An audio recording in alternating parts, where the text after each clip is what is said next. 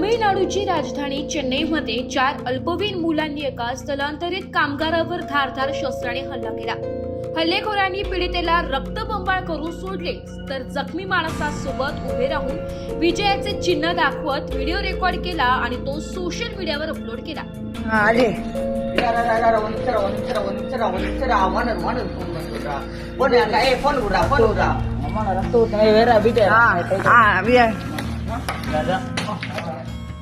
या घटनेप्रकरणी तमिळनाडू पोलिसांनी 4 अल्पवयीन मुलांना अटक केली आहे। अटक केलेल्या 4 पैकी एकाची जामिनावर सुटका झाली आहे।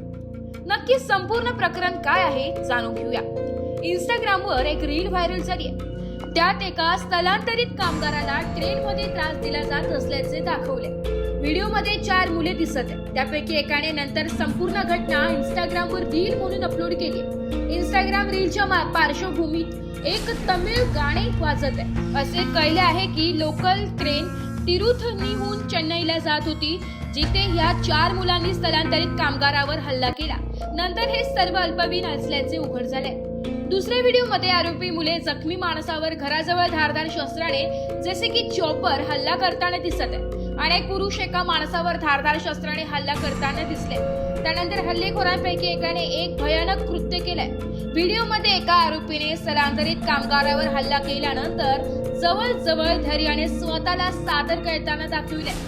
त्याने त्याच्या बोटांनी व्ही चिन्ह दाखवले, जे मूलतः विजय चिन्ह आहे, आपल्या सर्वांना परिचित असलेले विजय चिन्ह। जखमी झालेला व्यक्ती हा ओडिशाचा रहिवासी असल्याचं कळलंय। तो कामाच्या शोधात दुसऱ्या राज्यात गेला होता, तेव्हा तिथे त्याच्यावर हल्ला झाला। धारदार शस्त्राने त्याला रक्तस्राव झाला होता। सध्या तो तिरुवल्लूर सरकारी रुग्णालयात उपचार घेत आहे। पोलीस सूत्रांनी दिलेल्या माहितीनुसार या घटनेत अटक केलेले 4ही जण 17 वर्षाचे। एकाला त्याच्या अभ्यासाचे कारण देत जामिनावर सोडण्यात आले, तर उर्वरित 3 आरोपींना बाल सुधारणा गृहात पाठवण्यात आले।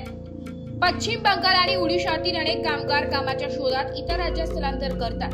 तिथे त्यांच्यावर होणारे हल्ले नवीन नाही। इतर राज्यांमध्येही इतर राज्यातील कामगारांसोबत अशाच घटना घडल्या, पण यावेळी या 4 अल्पवयीन मुलांच्या कृत्यांनी इतर सर्व गोष्टींना मागे टाकले। एका माणसावर धारदार शस्त्राने हल्ला करून जखमी केल्यानंतर त्यांनी विजयाचे चिन्ह दाखवले। हा व्हिडिओ सोशल मीडियावर पुन्हा शेअर करण्यात आलाय। ब्युरो रिपोर्ट, व्हायरल विषय, तमिळनाडू।